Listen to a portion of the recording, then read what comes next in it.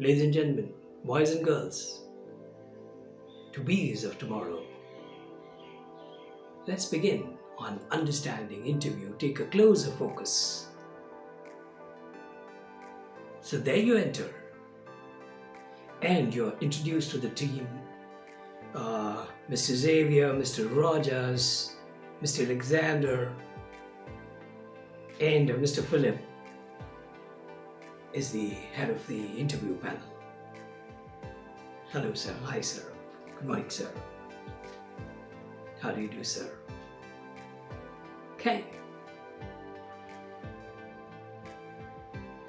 The first poser, in most cases, is introducing yourself. Introducing yourself. My name, dash, dash, dash. Sir, I'm a chemistry graduate, sir. I'm a English graduate, sir. So I'm a arithmetic arts graduate, sir. And that's where you stop. Now, it's usual to see among the younger, innocent population it is easy to see that people relate themselves to the degrees they have. Although the fact remains that they have acquired the degrees have not acquired them.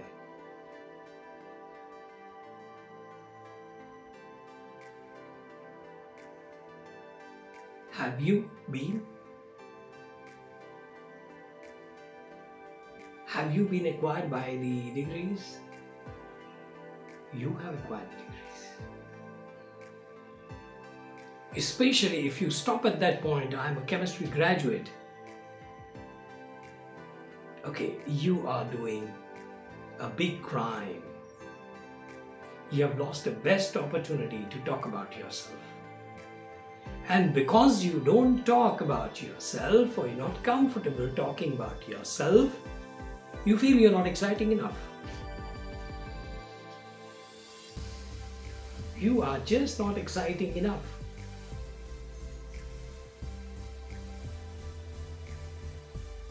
Whereas spiritually, psychologically, socially, you are a very interesting subject for yourself, isn't it? If you don't find yourself interesting, or by hindsight, if you've never made yourself interesting enough,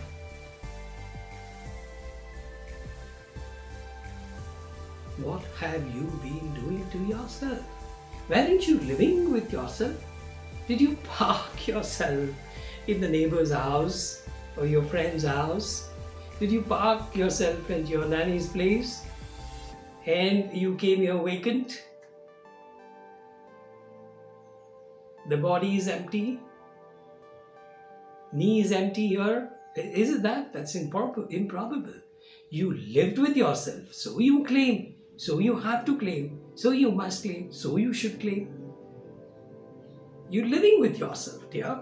If you don't find yourself interesting, how do I save you?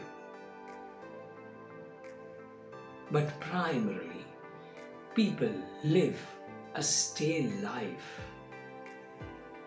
and therefore they make a very stale nameplate for themselves.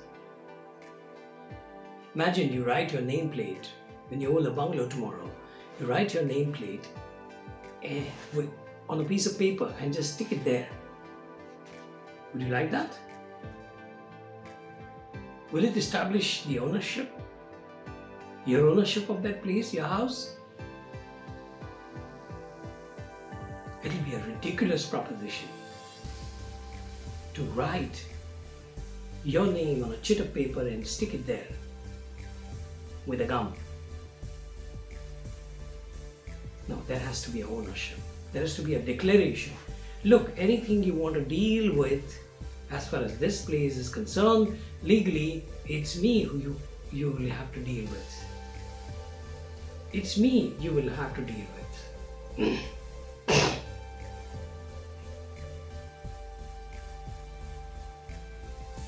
it's me you will have to deal with.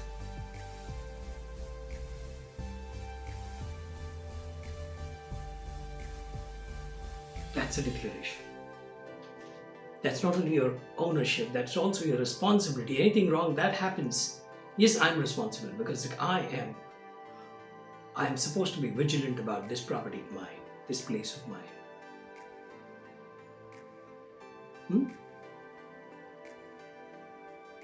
So that me, if it is not there, it's not complete, it's not worth, it's not pricey. Will I show it to you? Will I show it to you? If you're yourself eating a stale breakfast and your friend calls on you, would you offer that breakfast to him? Probably not.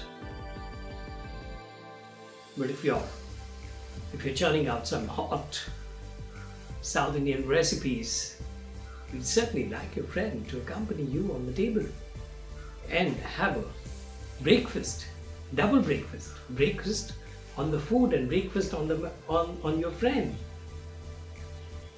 You fasted night over because you couldn't talk to him. You broke the fast.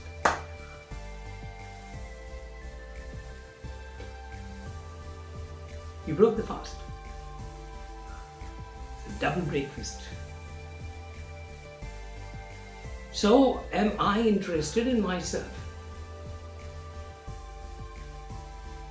Sir, I'm an undergraduate and I'm a sportsman. That's it. Typical, stale, disinterested in self kind of a presentation. Would you understand me right? Would you understand me right if I say that actually self-introduction is not self-introduction? It's not actually self-introduction. It is self-profiling. It is self-profiling. Bear that in mind. It is self-profiling. There are axes, multiple axes. There are multiple axes on which you are tracked. For example, people want to know what is your comfort with self.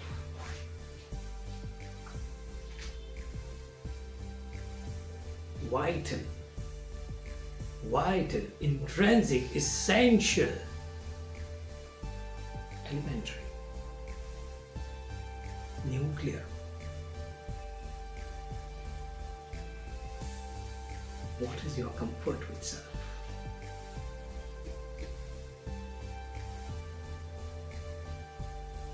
Majority of the people who don't take to stage are the people who don't feel comfortable with self.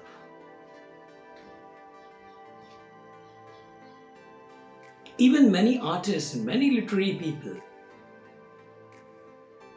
are shy of being on the stage. But the best way to help them overcome that shyness is to introduce them as a singer, as a musician, as a teacher. Once that positioning is done, probably they'll be much more comfortable because they are within their own zone. The problem comes, there's so many windows of the mind that people are watching you with windows of the mind. First time I came across this expression when I read Al Rice and Jack Trout on positioning the windows to the mind. Beautiful statement it was. And we are not far from that positioning thing. We are almost walking into that, but a little later. With so many windows of the mind, one window you would fit in better. Your discomfort, the initial discomfort is how that window you can find and how people can close all the other windows and look at you from that window. Once that is done, the communication is very good. It's like I'm steward. So one steward by the name Robert. So the moment the steward's role comes in, Robert becomes important. Robert becomes important once the steward role comes in.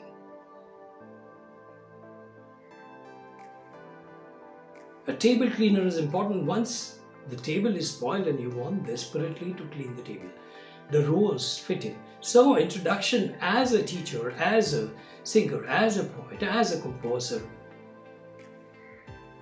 as a philanthropist, as a researcher could do a lot of favor to the person should you be interested in actually knowing him from the standpoint of the subject specialization.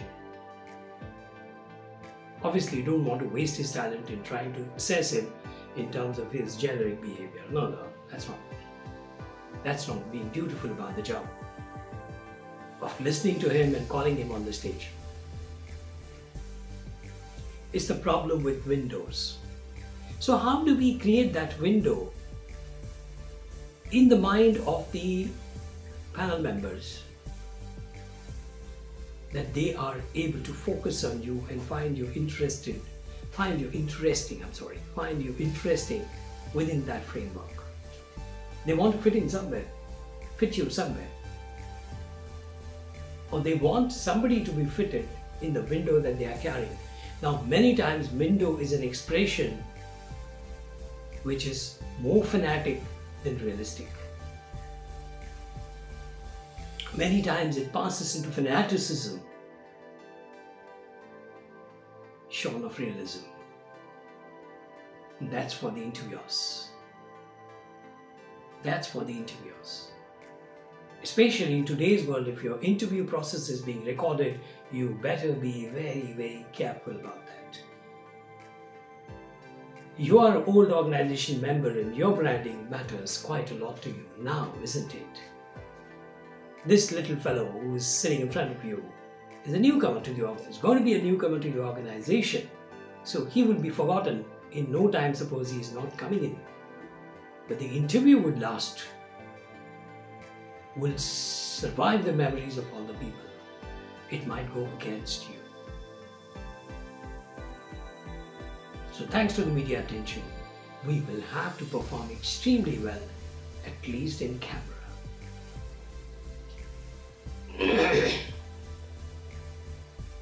At least in camera. So, please do not misunderstand self-introduction as a data giving process, a method through which you give a data. They've already read it, probably your paper is in front of them. They read it all. Is there anything that you would like to say which the paper doesn't say? Or the organization, the panel members did not care to ask you about that? Do you have that? Then that is added. When you go to a restaurant, how you treat people by the brand name of the restaurant, the place you booked, the kind of instructions you have given to the service members, the serving members, the kind of friends you have got to welcome your guest. Suppose you take your family, what kind of instructions you have given to your family, children, wife, brothers and sisters, how we receive them. Why these things are important? Because food is being served by the hotel, by the restaurant, by the person. It's cooked by somebody else. The grocery is bought by somebody else. The vegetables are cut by somebody else. You have no role there. So that restaurant is simulated with the kind of data, the resume, that you have submitted. That's like a restaurant. But the treatment of the guest is like what you say here. What you say here. So let's have more adult understanding about not only interviews but life as such. We are severally trying to talk to you, taking several measures to talk to young people, aspiring people. We're talking about problem solving, we're talking about excellence in communication, we will soon talk about creative writing, all those things. Along with that, we're talking about interviews. It's a very, very stressful thing. It is a very, very nervy thing, and I'm here to reduce your nerve confrontation. So to repeat what I said, we will not talk about, and we will not anymore think that it is a self-introduction. It is a self-profiling, and how that profiling happens. What is that delicate process through which a profiling happens? We'll take a look at this next time. So till then, I sign off. Boys and girls, ladies and gentlemen, the to-be's of tomorrow. We'll definitely have a better time next time. Thank you.